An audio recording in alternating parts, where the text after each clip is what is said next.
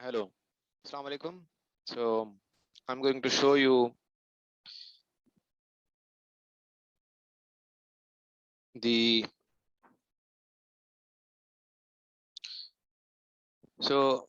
मैं इस पे बात करने लगा हूँ आज कि मैंने अपनी जर्नी आईपीएस से स्टार्ट की थी। मास्टर्स मैंने आईपीएस से किया है, मास्टर्स ऑफ मैथमेटिक्स। उसके बाद मैंने जो है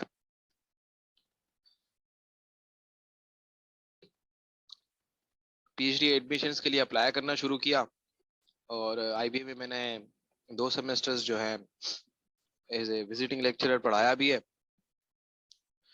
तो इस पे बात करते हैं थोड़ी। First of all masters thesis में अगर आप बात करें तो मैंने मास्टर्स की थीसिस जो है डॉक्टर मोहम्मद फजील अनवर सक्राइबिया में पढ़ाते हैं वहाँ से की, उनके पास की है। Basically to get the fully funded scholarship masters thesis is very important thing, क्योंकि जब आप डायरेक्ट एडमिशंस के लिए जाते हैं ना तो आपकी मास्टर्स की थीसिस बहुत मैटर करती है। तो इसीलिए मैं इस पे थोड़ी ये बात करने लगा हूँ कि मेरी मास्टर्स की जो थीसिस थी वो एक पीएचडी की थीसिस थी यूनिवर्सिटी ऑफ यॉर्क की। उन उनकी थीसिस में जो काम उन्होंने किया हुआ था उसको मैंने एडवांस उसका एडवांस काम किया मैंने, उनको उसको इन्हांस किया, उसको जनरलाइज कर दिया पूरा। और उसके बाद उनकी एक दो ओपन प्रॉब्लम्स थे उसी फील्ड में, तो उसको हमने टच किया और उनमें से एक प्रॉब्लम हम करने में कामयाब हो गए और दूसरे पे हम काम कर रहे थे। नाउ उसके बाद मुझे मास्टर्स की डिग्री मिली 10 अगस्त 2021 में। फिर मैंने directly without any teaching wanted to go for the PhD because fresh था मास्टर्स में, तो चाह रहा था कि बस पीएचडी के लिए बंदा मूव कर जाए। तो मेरी प्रेफरेंसेस थी, आप हर बंदी की अलग होती है, यूके और यूरोप की तरफ। तो इसीलिए मैंने फिर जीआरई के लिए कोई प्रिपरेशन नहीं की because that is needed for the Canada and USA, particularly full bright scholarship. तो मैंने जो सारी चीजें की थी वो यूके की तरफ थी, यूके की तरफ जाना चाह रहा था मैं। तो उसके लिए फिर मैं आपको बताता हूँ कि आपको यूके में एडमिशंस, यूरोप में एडमिशंस कैसे कैसे मिल सकती हैं और कौन कौन सी स्कॉलरशिप्स हैं। तो लेट्स टॉक अबाउट देम। तो अगर हम पर्टिकुलरली बात करें तो देयर इज कॉमनवेल्थ स्कॉलरशिप, ठीक है, and there is stipend Hungarian scholarship, there is Turkiye Burslari scholarship, Commonwealth stipend Hungarian, Turkiye Burslari and one more thing, one other is Chevening scholarship. ये 4 scholarships हैं जो आपको, ये ऑर्गेनाइजेशंस हैं जो आपको स्कॉलरशिप्स देती है। मुझे इनमें से कोई भी नहीं मिली, मुझे मिली डायरेक्ट यूनिवर्सिटी की स्कॉलरशिप जो डायरेक्ट एडमिशन पे मिलती है। अब अगर हम मैं अपनी पीएचडी की एडमिशन की बात करूं कि मेरी पीएचडी की एडमिशन कैसे हुई, तो उस पे अगर हम बात करें तो मैंने पीएचडी के एडमिशन के लिए इन सब यूनिवर्सिटीज में अप्लाई किया था। ये जर्मनी का एक बिजनेस स्कूल है, ये भी जर्मनी का एक बिजनेस स्कूल है, बिग्स है, एक बीएमएस है, कार्डिफ यूनिवर्सिटी है। कॉमनवेल्थ में अप्लाई किया था, उसमें फिर मैंने ये सारे उनके पर्सनल स्टेटमेंट्स वगैरह हैं, मैं आपको पर्सनल स्टेटमेंट दिखाऊंगा, मगर वो दिखाऊंगा जो कामयाब हुई थी मेरी यूनिवर्सिटी ऑफ मैनचेस्टर में और क्वीन मैरी में भी और यूनिवर्सिटी ऑफ यॉर्क में भी। तो धरम यूनिवर्सिटी में अप्लाई किया, इम्पीरियल कॉलेज में अप्लाई किया, केयूएस में सऊदी अरेबिया में अप्लाई किया, किंग्स कॉलेज लंदन में किया, लैंकास्टर में किया, न्यूकास्टर यूनिवर्सिटी में भी किया। रिजेक्टेड का भी रीजन बताता हूँ। पॉलिटेक्निको डी टोर्नियो में अप्लाई किया, उसके बाद हंगेरियन स्कॉलरशिप में अप्लाई किया, तुर्की में भी किया, यूनिवर्सिटी ऑफ बर्मिंघम में भी किया, यूनिवर्सिटी ऑफ कॉलेज लंदन में भी किया, यूनिवर्सिटी ऑफ बाथ यूके में भी किया, यूनिवर्सिटी ऑफ बोलोग्ना इटली में भी किया, यूनिवर्सिटी ऑफ ब्रिस्टल में किया, university of East Anglia, university of Edinburgh, Exeter, university of Hull, university of Lancaster, Leeds, Leicester, Nottingham, Queen Mary university, university of Surrey, Sussex, Swansea university, Warwick university, Uppsala university, just count the number, इन सब में मैंने apply किया था, and there are 6 to 7 more जो कि Norway की universities थी और स्वीडन की थी। उनके नाम जो है यहाँ पर मेंशन नहीं है। ठीक। Now, अगर आपको पीएचडी एडमिशंस चाहिए विद स्कॉलरशिप्स चाहिए, तो you need to apply for 30 to 40 universities in Europe, complete Europe. इससे ज्यादा करते हैं तो आपके चांसेस और बढ़ जाते हैं। ठीक है, get the fully funded scholarship, you need this thing. Okay, now let's move to the main things के आपको उसके लिए किसी भी यूनिवर्सिटी के एडमिशन के लिए चाहिए क्या होता है। पहली बात आपको चाहिए होता है कि आपका पासपोर्ट रेडी हो, आपकी मास्टर्स की थीसिस का एक सैंपल आपके पास हो।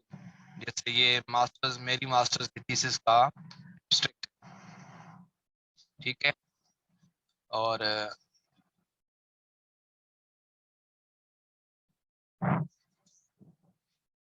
उसके बाद आपको अपनी बीएस की ट्रांसक्रिप्ट, बीएस की डिग्री, ये सारी चाहिए। मास्टर्स की डिग्री अगर आपके पास नहीं है तो के मास्टर्स की ट्रांसक्रिप्ट आपके पास होनी चाहिए, ठीक है। और उसके बाद आपके जो एक्सपीरियंस सर्टिफिकेट सारे, जिस जहाँ जहाँ आपने काम किया हुआ है वो सारे रेडी होने चाहिए। आपको कोई वर्कशॉप्स किए हुए हैं वो भी आपके पास होने चाहिए, ठीक है। ये सारे डॉक्यूमेंट्स आपको चाहिए होते हैं। और साथ साथ आपको चाहिए होता है आइल्स। तो अगर हम आइल्स की बात करें तो आइल्स, ये मेरा आइल्स का सर्टिफिकेट है। और आइल्स देने के लिए ये 6.5, 7.5 लिसनिंग में, 6.5 रीडिंग में, 6 और 6 राइटिंग एंड स्पीकिंग में, ओवरऑल 6.5 है। ये मेरे बैंड्स हैं। अच्छा, इसकी तैयारी मैंने कैसे की थी? इसकी तैयारी मैंने की थी, एक वेबसाइट है, मैं आपको दिखा देता हूँ।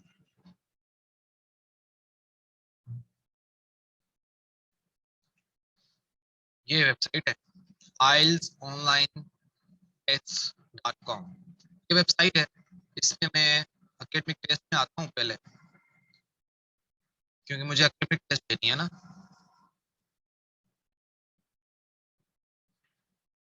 ठीक है, अब आप देख सकते हैं इस वेबसाइट के जरिए मैंने आज तैयारी की थी और मुझे किसी भी बुक की जरूरत नहीं पड़ी, मुझे किसी भी गाइड की जरूरत नहीं पड़ी थी, मुझे किसी भी टीचर की जरूरत नहीं पड़ी थी, क्योंकि मैं अपनी तैयारी खुद करना चाहता था। और इस वेबसाइट से बड़ा फायदा ये है कि ये वेबसाइट वो सारे टेस्ट और सारे simple papers, not simple papers, actual papers जो इस साल ब्रिटिश काउंसिल ले रही है इन प्रीवियस मंथ्स, वो अपलोड करती है और यहाँ पर रखती है, तो जिससे हम उनकी तैयारी कर सकते हैं और आयल्स के लिए प्रिपेयर कर सकें।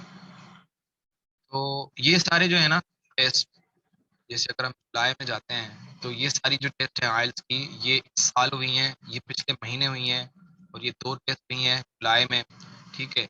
ये उनकी एक्चुअल टेस्ट हैं। यहाँ से अगर आप तैयारी करना चाहते हैं आयल्स की विद फ्री, आप तैयारी कर सकते हैं। एक साइन अप करना पड़ेगा, फ्री का होगा, वो आप साइन अप करके आप तैयारी यहाँ से कर सकते हैं। कैसे करनी है तैयारी? सिंपल, आप इनके लिस्टिंग के क्वेश्चन पेपर्स का फॉर्मेट होगा यहाँ पर, वो आप यहाँ से डाउनलोड करें, वो उसका प्रिंट ले लें। रीडिंग का, का और क्वेश्चन पेपर का क्वेश्चन पेपर होगा यहाँ पर, उसकी भी आप दोनों के प्रिंट ले लें। लिसनिंग आप यहाँ से सुने और वहाँ पर करते जाएं, फिर यहाँ पर आंसर्स पुट करते हैं ताकि आपको बैंड्स पता चले। रीडिंग में भी आप सेम तरीका, अपने आप को यहाँ पर टेस्ट ऑन करके टाइम दें, और फिर वहां पर अपने क्वेश्चन पेपर पर वहां से जो पैराग्राफ्स आपके पास हैं वो रीड करते हुए अटेम्प्ट करते जाएं, और यहाँ पर आपके वो पुट करें। उसके बाद आपको पता चल जाएगा, ऑप्शंस पुट करेंगे, जो जो आप आपने ऑप्शंस यहाँ पर अपने क्वेश्चन पेपर पर लिखे हैं वो यहाँ पर लिख दें ताकि आपको आपके बैंड्स पता चल जाए। राइटिंग की तैयारी, ये तैयारी अगर आप बिगनर हैं तो आपको कम से कम 40 दिन करनी है।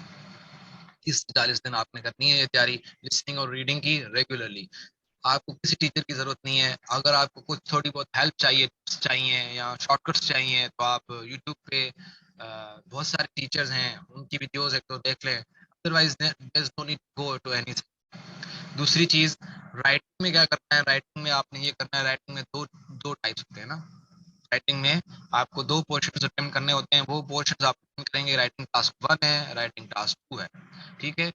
एक 20 मिनट का है और ये 40 मिनट का है, ये आप पास कर लें, ठीक है। इसके बाद कैसे करने होते हैं?